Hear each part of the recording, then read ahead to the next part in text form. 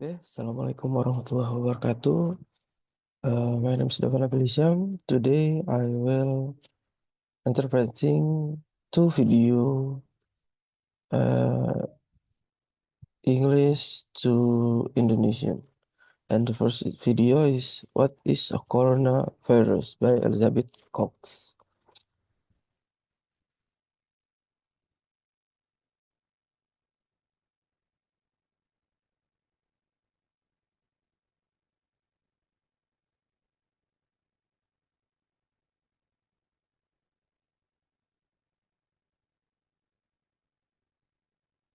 Eh, Selama hampir satu dekade, ilmuwan mencari sumber virus baru yang mematikan hingga ke gunung tertinggi dan gua terpencil di Cina.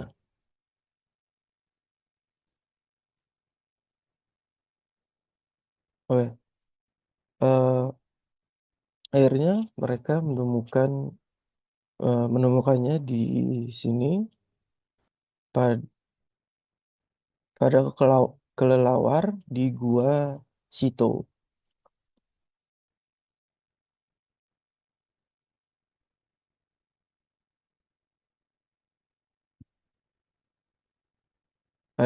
Virus itu adalah virus corona yang menyebabkan wabah sindrom pernapasan akut parah atau SARS pada tahun 2003.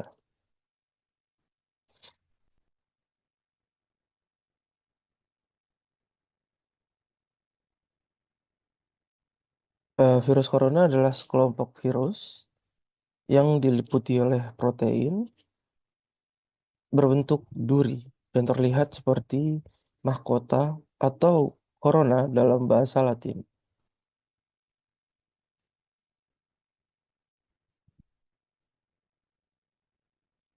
Oh ya, ada ratusan virus corona yang telah diketahui. 7 di antaranya menyerang manusia dan dapat menyebabkan kematian.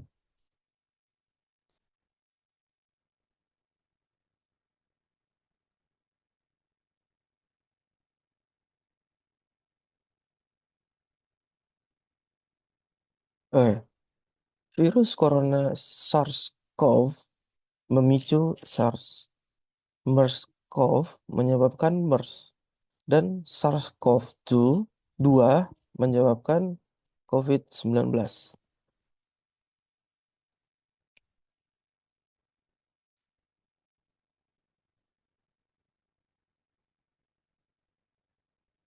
Eh, dari 7 virus corona yang menyerang manusia, 4 menyebabkan selesma, yaitu infeksi ringan tapi sangat menular pada hidung dan tenggorokan.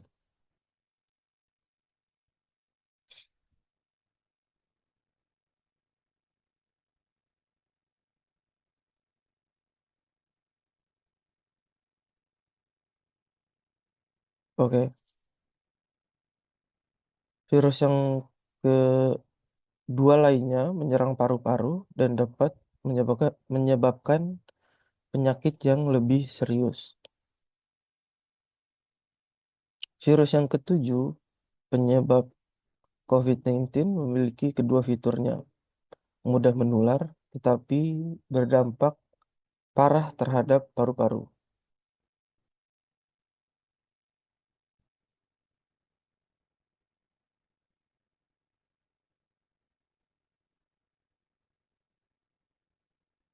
Oke. Saat orang yang terinfeksi batuk, tetesan liur yang mengandung virus bersemburan. Virus menyerang orang lain saat tetesan liur masuk ke mulut atau hidung mereka.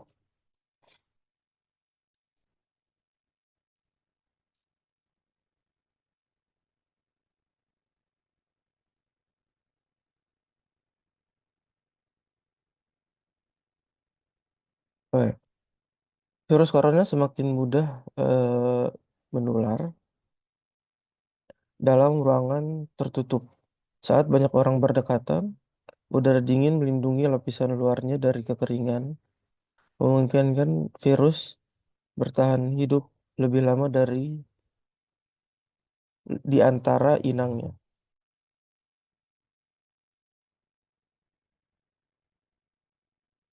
Sementara sinar UV dari matahari dapat menghancurkannya.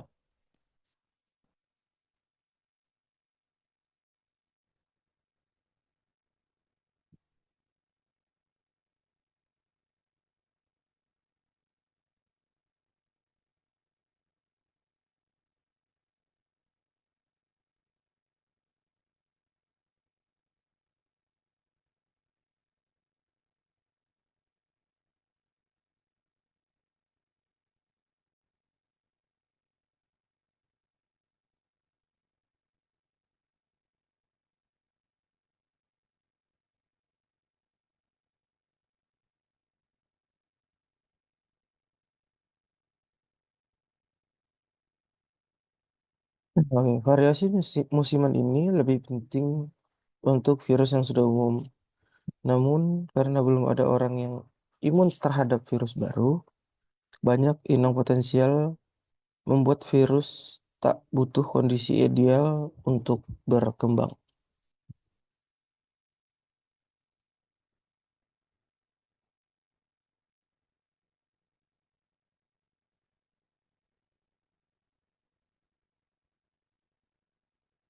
Eh, Banyaknya inang potensial membuat virus tak I'm sorry. Di dalam tubuh, protein berbentuk duri menancap dengan menyatu dengan sel inang, memungkinkan virus membajak perlengkapan sel inang untuk mereplikasi gennya sendiri.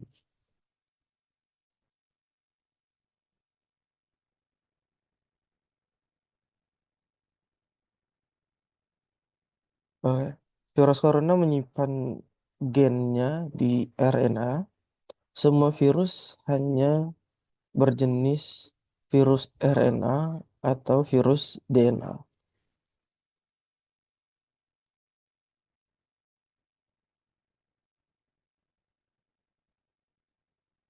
Oke, eh, secara umum virus RNA tidak memiliki, virus RNA cenderung lebih kecil dengan lebih sedikit gen.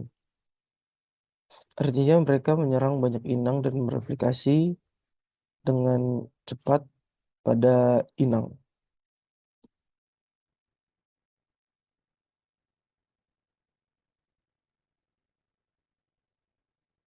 Secara umum, virus RNA tidak memiliki mekanisme koreksi seperti yang dimiliki virus DNA.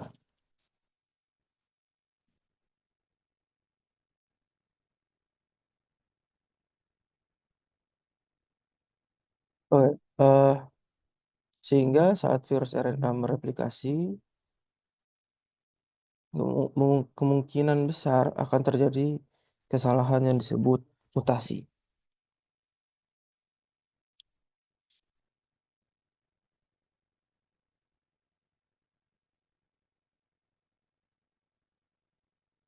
Oke, hmm, kebanyakan mutasi ini tidak berguna dan tidak berbahaya, atau tidak berbahaya. Namun, sebagian menjadikan virus lebih cocok hidup di lingkungan tertentu, seperti spesies inang yang baru.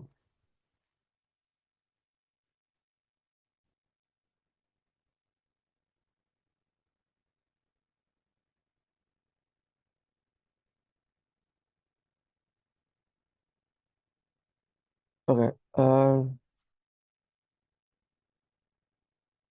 wabah seringkali muncul saat virus berpindah dari hewan ke manusia.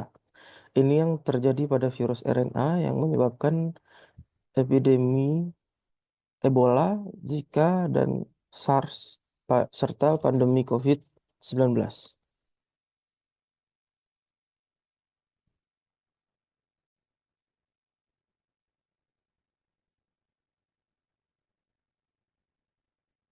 Oke, saat di tubuh manusia, virus terus bermutasi, biasanya tidak sampai menghasilkan virus baru, tetapi cukup untuk menciptakan variasi dari virus asli.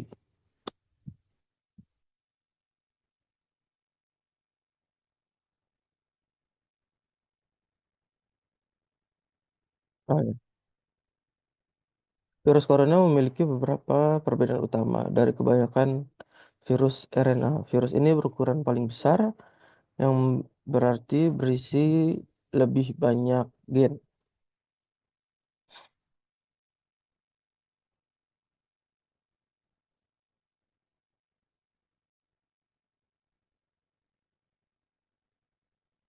Oke, ini menceritakan lebih banyak peluang timbulnya mutasi yang berbahaya. Untuk menyediakan risiko ini, virus corona memiliki fitur unik, sebuah enzim yang memeriksa kesalahan replikasi dan memperbaikinya.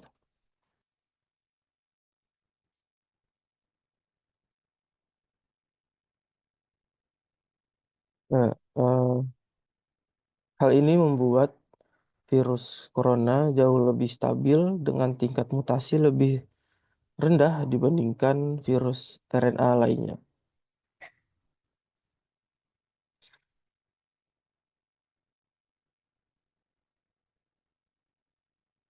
Meskipun ini terdengar menakutkan, tingkat mutasi yang rendah sebenarnya merupakan tanda yang menjanjikan untuk menaklukkan virus ini.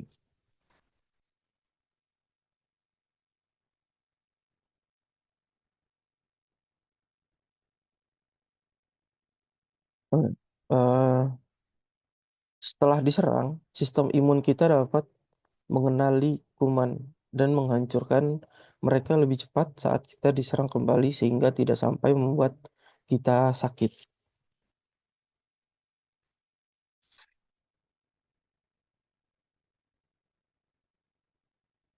Ya, namun mutasi dapat menyebabkan virus lebih sulit dikenali oleh sistem imun sehingga lebih sulit untuk dilawan.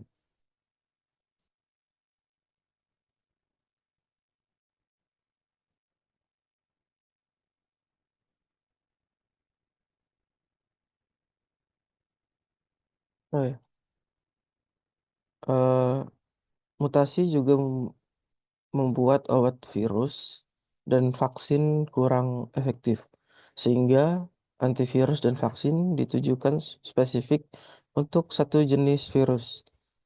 Itu sebabnya kita perlu vaksin flu baru setiap tahun.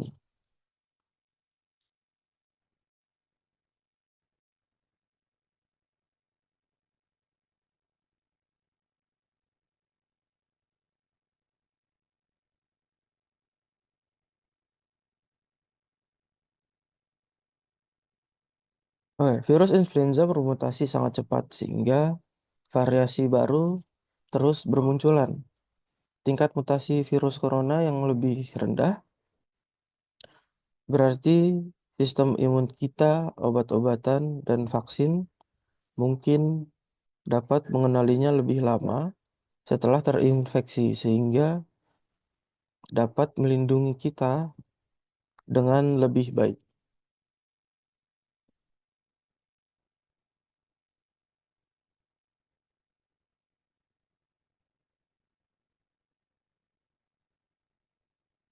Kita tidak tahu berapa lama tubuh akan tetap imun terhadap virus corona yang berbeda. Belum pernah ada pengobatan atau vaksin yang disetujui untuk virus corona.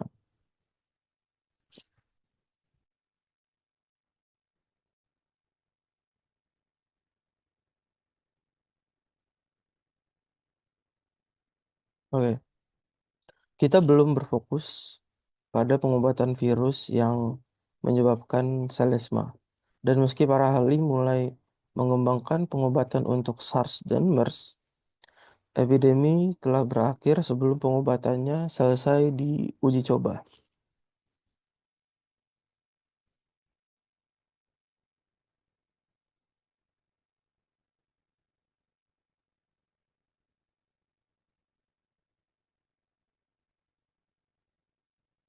Oke, saat kita terus melanggar batas habitat hewan lain,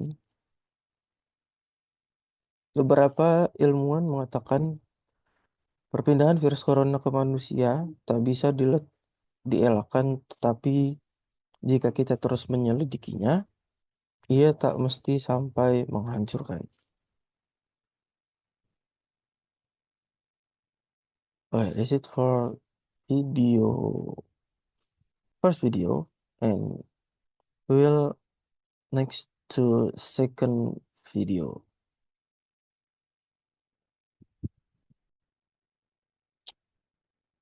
Okay. Now I was interpreting the second video.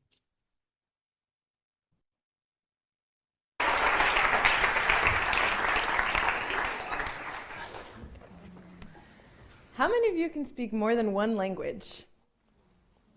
Now keep your hands up if you can speak more than two. And how about three? All right, very impressive. Oke, berapa banyak dari kalian yang bisa berbicara lebih dari satu bahasa? Sekarang angkat tangan kalian. Jika kalian bisa berbicara lebih dari dua bahasa, bagaimana kalau tiga? Oke, itu sangat mengesankan.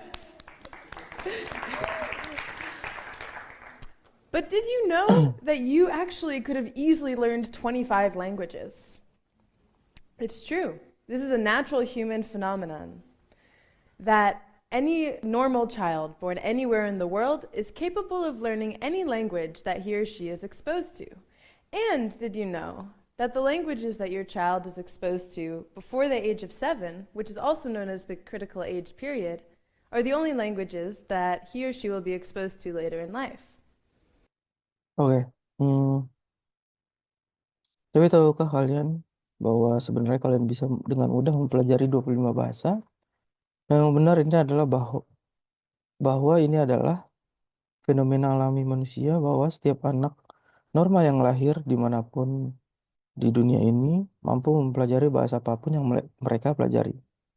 Tahukah kalian bahwa bahasa yang dipelajari anak kalian sebelum usia 7 tahun, yang juga dikenal sebagai periode usia kritis, adalah satu-satunya bahasa yang akan mereka pelajari di kemudian hari. Leonard Bloomfield said, "The acquisition of a language is doubtless the greatest intellectual feat that any one of us is ever required to perform." Oke, Leonard Bloomfield berkata bahwa menguasai bahasa tidak tidak diragukan lagi adalah prestasi intelektual terbesar yang harus dimiliki oleh kita semua.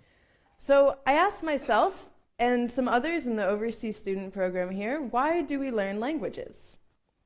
At first, we all learn language because we have to. As humans, we're designed to learn language just like we're designed to walk. There's Oke.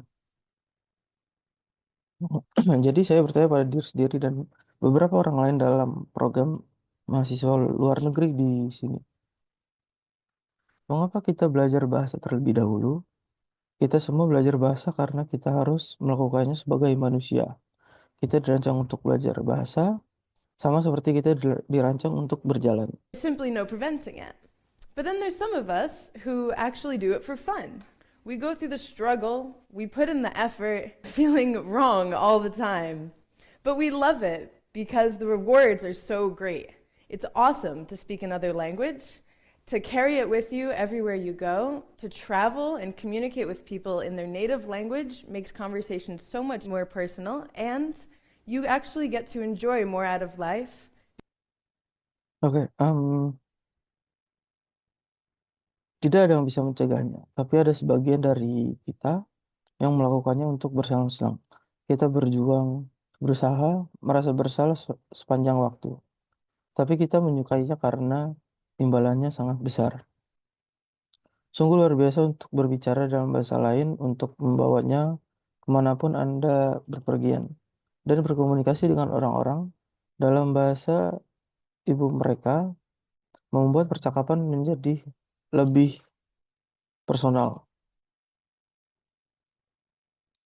Because it gives you the opportunity to understand more music and movies and games from around the world. So I want to ask you another question, and I want you all to think about this. Oke, dan Anda benar-benar bisa lebih menikmati hidup karena memberi Anda kesempatan untuk lebih memahami musik, film, dan permainan dari seluruh dunia. Jadi, saya ingin bertanya satu pertanyaan lagi dan saya ingin Anda semua memikirkan ini. If we started taking advantage of the amazing ability that children have to learn languages and the plethora of free language learning tools we have on our devices today, could we, by reducing language barriers, reduce other barriers in society? Which Nah, hmm, jika kita mulai memanfaatkan kemampuan luar biasa yang dimiliki anak-anak untuk belajar bahasa dan banyaknya alat pembelajaran bahasa yang gratis yang kita miliki di perangkat kita saat ini, dapatkah kita hambatan bahasa, mengurangi hambatan lain dalam masyarakat?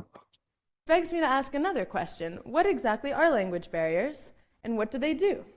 Oke, membuat saya bertanya pertanyaan lain, apa sebenarnya hambatan bahasa dan apa fungsinya? I know what some of you are thinking. You're at the dinner table, and you're between your mother, who's Russian, and your beautiful American girlfriend. And you're having a moment of realization. Oke, eh, saya tahu apa yang sebagian dari Anda pikirkan. Anda berada di meja makan, dan Anda berada di antara ibu Anda yang orang Rusia dan pacar Amerika Anda yang cantik, dan Anda mengalami momen kesadaran. That you've just hired yourself out as a translator. So you have to spend the whole evening hearing everything 3 times. And even though you thought that you could speak English and Russian perfectly, you're starting to feel confused and frustrated, and you're desperate for a couple minutes of alone time just to think in whatever language you choose to think in. But there's a lot more to language barriers that I want you to know. Oke, em, bahwa Anda baru saja menyewa diri sebagai penerjemah, sehingga Anda harus menghabiskan sepanjang malam mendengar semuanya 3 kali, dan meskipun Anda pikir Anda dapat berbicara bahasa Inggris dan Rusia dengan sempurna, Anda mulai merasa bingung dan frustasi, dan Anda putus asa untuk beberapa menit waktu sendiri hanya untuk berpikir dalam bahasa apapun yang Anda pilih. Untuk berpikir, tetapi ada banyak lagi hambatan bahasa yang ingin saya sampaikan Have you ever heard of pada linguistic Anda. relativity? Linguistic relativity is the field which asks questions on the relations between language, perception, and thought. Oke, pernahkah Anda mendengar tentang relativitas linguistik? Relativitas linguistik adalah bidang yang mengajukan pertanyaan tentang hubungan antara persepsi bahasa dan pikiran. The core theory is called the deterministic theory. It's scientifically proven, and it states that the language you speak shapes the way you think and influences your behavior. The fathers of Oke, teorinya disebut teori deterministik. Teori ini terbukti secara ilmiah dan menyatakan bahwa bahasa yang Anda gunakan membentuk cara Anda berpikir dan mempengaruhi perilaku Anda. linguistic relativity, Benjamin Whorf and Edward Sapir also state that if a word doesn't exist in your language, you won't know the concept. Oke, ayah dari relativitas linguistik, Benjamin Whorf dan Edward Sapir, juga menyatakan bahwa jika sebuah kata tidak ada dalam bahasa Anda tidak akan tahu konsepnya. Now, I think that those guys can be a little extreme in their theories. I think rather that if a word doesn't exist in your language, you're a lot less likely to identify with that concept. Oke, em, saya pikir orang-orang itu bisa sedikit ekstrim dalam teori mereka. Saya pikir sebaliknya. Jika sebuah kata tidak ada dalam bahasa Anda cenderung tidak mengidentifikasi diri dengan konsep itu. One of my friends here in Israel, a native German speaker, told me a story once of how the English language changed the way that she thought about love. She told me she still remembers the first time she heard the term falling in love. Oke. Salah satu teman saya di Israel, seorang penutur asli bahasa Jerman, pernah bercerita kepada saya tentang bagaimana bahasa Inggris mengubah cara dia berpikir tentang cinta. Dia mengatakan kepada saya bahwa dia masih ingat pertama kali mendengar istilah jatuh cinta. And that she was shocked at the use of the language because she had never thought of being in love as something that happened suddenly and dramatically. Oke. Hmm, dan dia terkejut dengan penggunaan bahasa itu karena dia tidak pernah menganggap jatuh cinta sebagai sesuatu yang terjadi secara tiba-tiba dan dramatis. And she pictured someone actually falling. And she could feel that, and then she knew that someday she would experience falling in love and not just being in love. Oke. Hmm, eh,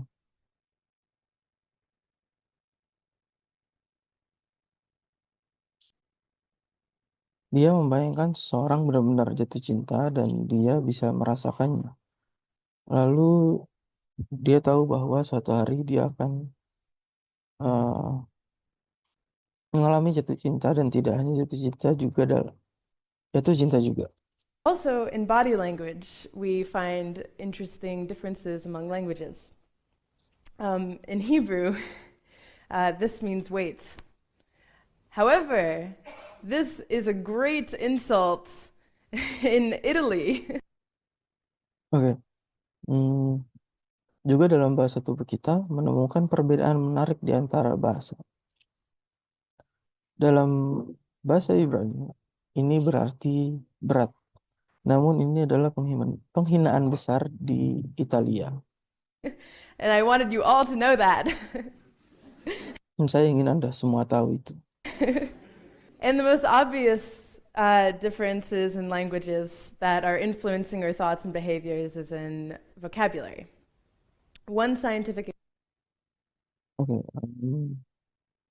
Dan perbedaan yang paling jelas dalam bahasa yang mempengaruhi pikiran dan perilaku seperti dalam kosakata. experiment in linguistic relativity showed how gender association impacts people's perception.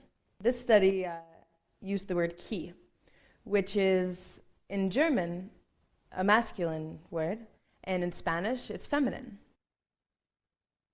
Oke. Satu eksperimen ilmiah dalam relativitas linguistik menunjukkan bahwa asosiasi gender memengaruhi persepsi orang. Penelitian ini menggunakan kata kunci yang dalam bahasa Jerman adalah kata maskulin dan dalam bahasa Spanyol artinya feminin. So subjects were asked to come up with words to describe a ki.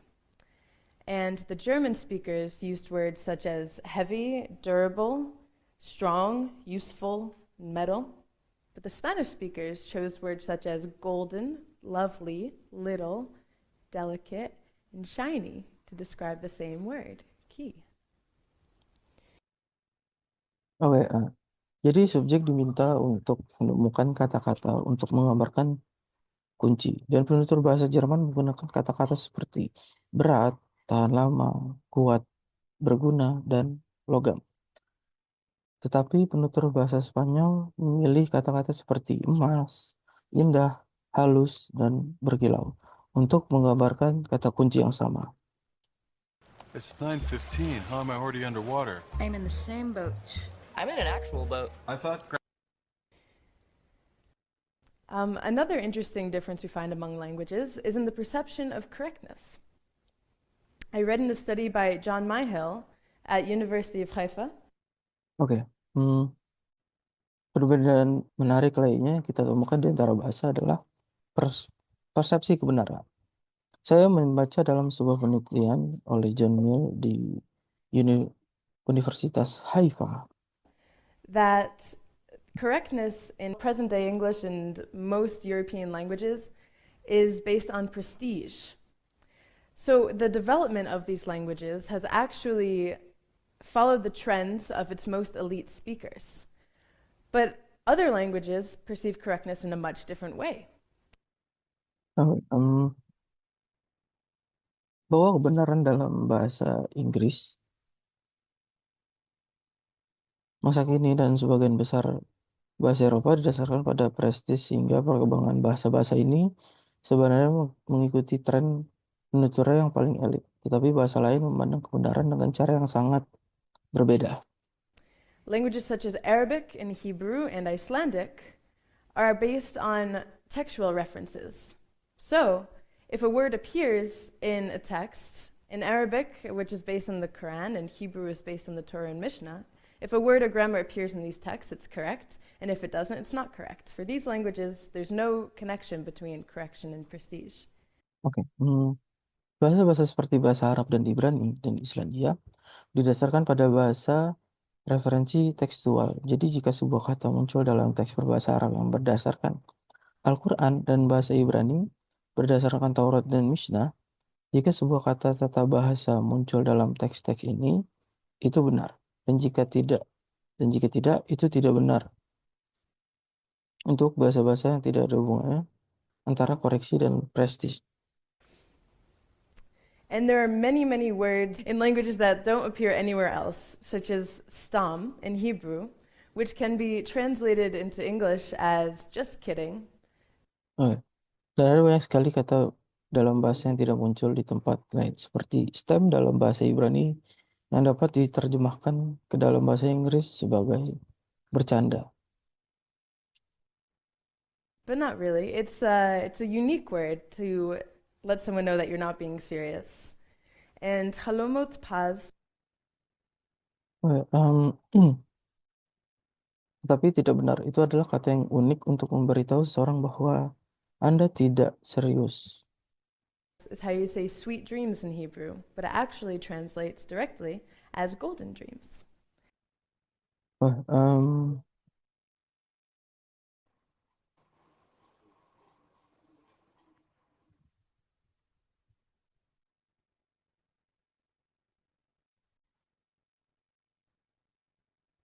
And there's a word in Hebrew, but it actually translates. And halomot paz is how you say sweet. Oke, sama satu dikumpulin. Tadi dia pertama udah. Oh. Maksudnya ini bentar doang, paling berapa menit lagi. Jadi kalau keburu dia langsung ini. Iya. Udah biarin.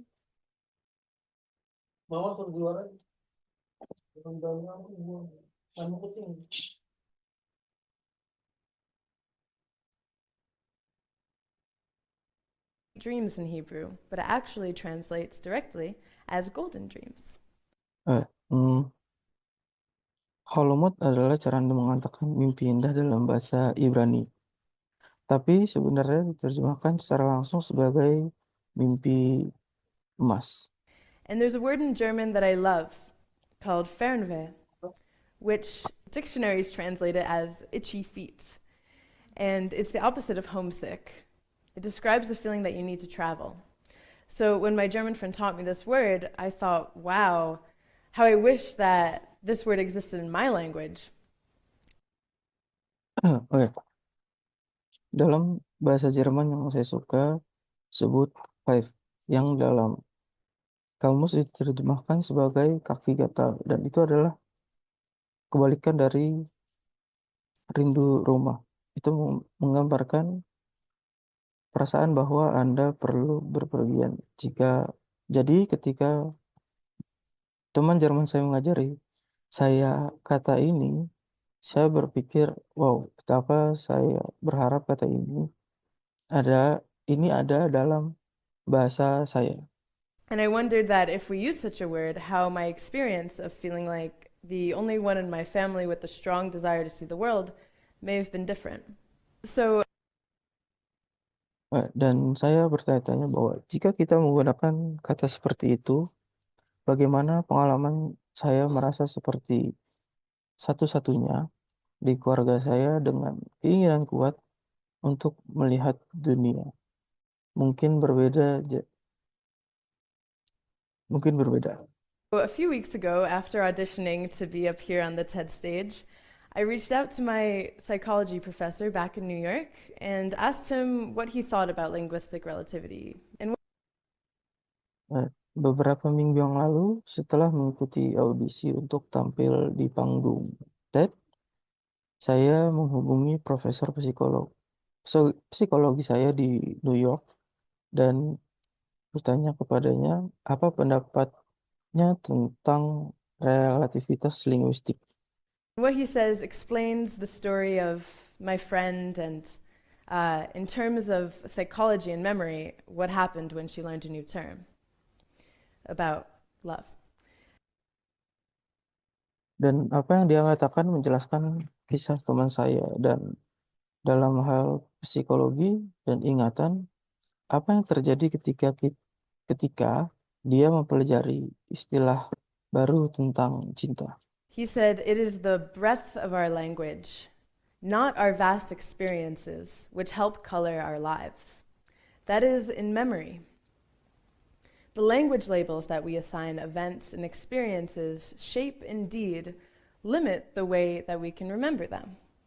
For Dia berkata itu adalah nafas bahasa kita, bukan pengalaman kita yang luas untuk membantu mewarnai hidup kita yang ada dalam ingatan. Label bahasa yang kita tetapkan untuk membentuk peristiwa dan pengalaman.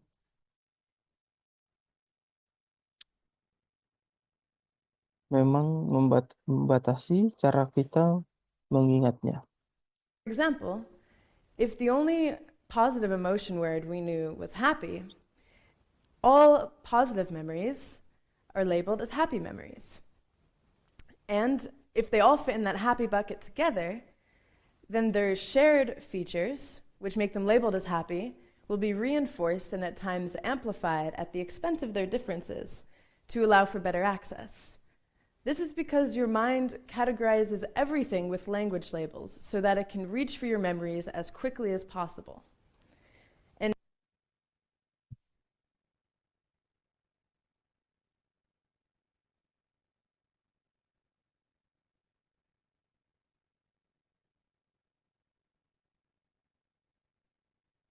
Membatasi cara kita mengingatnya, misalnya jika satu-satunya kata emosi positif yang kita tahu adalah bahagia, semua kenangan positif diberi label sebagai kenangan bahagia.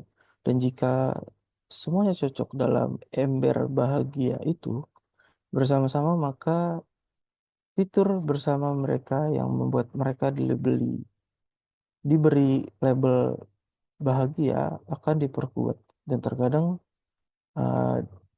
diperkuat dengan mengorbankan perbedaan mereka untuk memungkinkan akses yang lebih baik.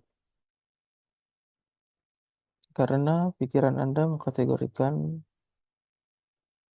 segala sesuatu dengan label bahasa sehingga dapat meraih ingatan Anda secepat mungkin. And everything that you say and do, every decision you make, every conversation that you have is just a consequence of some memories, right? So in other words, your ability overall to access your memories is actually directly related to your breadth and knowledge of vocabulary. Dan semua yang Anda katakan dan lakukan, setiap keputusan yang Anda buat, setiap percakapan yang Anda lakukan, hanyalah konsekuensi dari beberapa ingatan. Benar? Jadi dengan kata lain, kemampuan Anda secara keseluruhan untuk mengakses ingatan Anda sebenarnya terkait langsung dengan nafas dan pengetahuan Anda tentang kosakata. Because our languages are constantly changing, language barriers are just growing bigger and bigger. So, what do you think, everyone?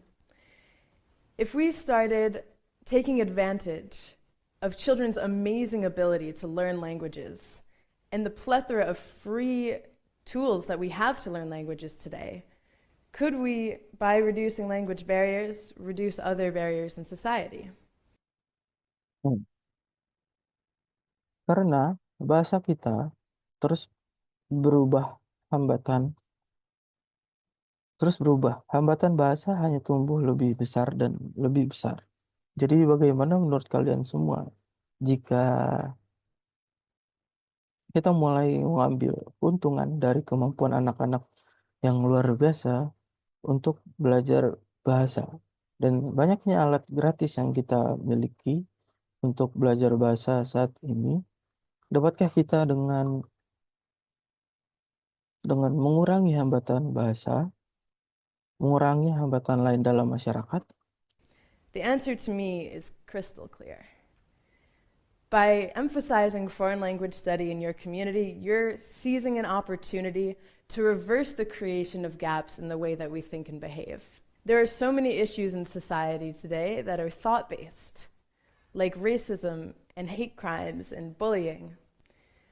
So, Hmm, jawaban bagi saya adalah crystal clear.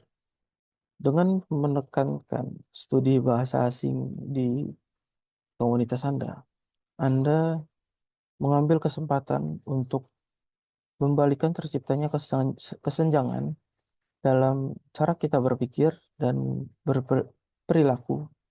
Adanya ada begitu banyak masalah dalam masyarakat saat ini yang berbasis pemikiran seperti rasisme dan kejahatan, kebencian dan intimidasi. Jadi dengan meningkatkan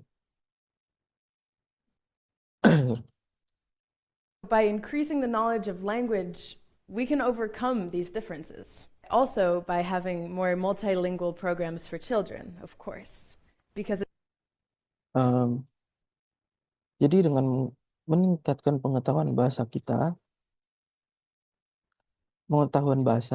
dapat mengatasi perbedaan ini juga dengan memiliki lebih banyak program multibahasa untuk anak-anak. it's that critical age period before age 7 where we have this opportunity. So, one such program exists in Jaffa called the Orchard of Abraham's Children.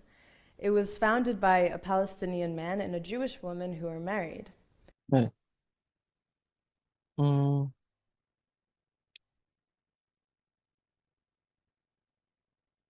tentu saja karena ini adalah periode usia kritis sebelum usia di mana kita memiliki kesempatan ini. Jadi salah satu program tersebut ada di Java yang disebut The Orchard of Abraham Children. Didirikan oleh seorang pria Palestina dan seorang wanita Yahudi yang menikah. And they've established 3 kindergartens that teach in both Arabic and Hebrew and celebrate both cultures' holidays. So, programs like this one are using bilingual education to promote peace and coexistence in a humanitarian, non political way. Nah, dan mereka telah mendirikan 3 taman kanak-kanak yang mengajar dalam bahasa Arab dan Ibrani dan merayakan hari libur kedua budaya. Jadi program seperti ini menggunakan pendidikan bilingual untuk mempromosikan perdamaian dan koeksistensi dengan cara yang manusiawi dan non-politik. And it's so effective because our language is a huge part of our identity. Being born to Reformed Jewish parents gave me really early exposure to the Hebrew language. And if it wasn't for that early exposure, I'm sure I wouldn't be here in Israel studying linguistics or giving this talk to you about the power of being able to identify with more than one language. Nah,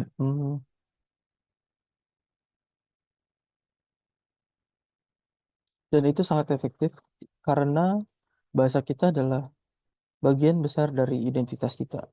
Dilarikan dari orang tua Yahudi yang telah direformasi, memberi saya paparan awal terhadap bahasa Ibrani. Dan jika bukan karena paparan awal itu, saya yakin saya tidak akan berada Di sini di Israel mempelajari linguistik dan memberi ceramah ini kepada Anda tentang kekuatan untuk dapat mengidentifikasi dengan lebih dari satu bahasa. Now, I want to leave you with this quote by Helen Keller, who was an American author, a political activist, and the first deaf-blind person ever to receive a Bachelor of Arts degree. Nah, hmm, sekarang saya ingin meninggalkan Anda dengan kutipan ini oleh Helen Keller yang merupakan seorang penulis Amerika, seorang aktivis politik, dan orang tuli dan buta pertama yang pernah menerima gelar Bachelor of Art. Suddenly, I felt a misty consciousness as of something forgotten, and a thrill of returning thought. And somehow, the mystery of language was revealed to me. Everything had a name, and each name gave birth to a new thought. Thank you. Tiba-tiba saya merasakan kesadaran yang berkabut, seperti sesuatu yang terlupakan, dan sensasi pikiran yang kembali, dan entah bagaimana misteri bahasa terungkap kepada saya. Segala sesuatu memiliki nama, dan setiap nama melahirkan pikiran baru. Terima kasih. Okay, that's it from my project interpreting. Thank you. Thank you for listening. Assalamualaikum warahmatullahi wabarakatuh.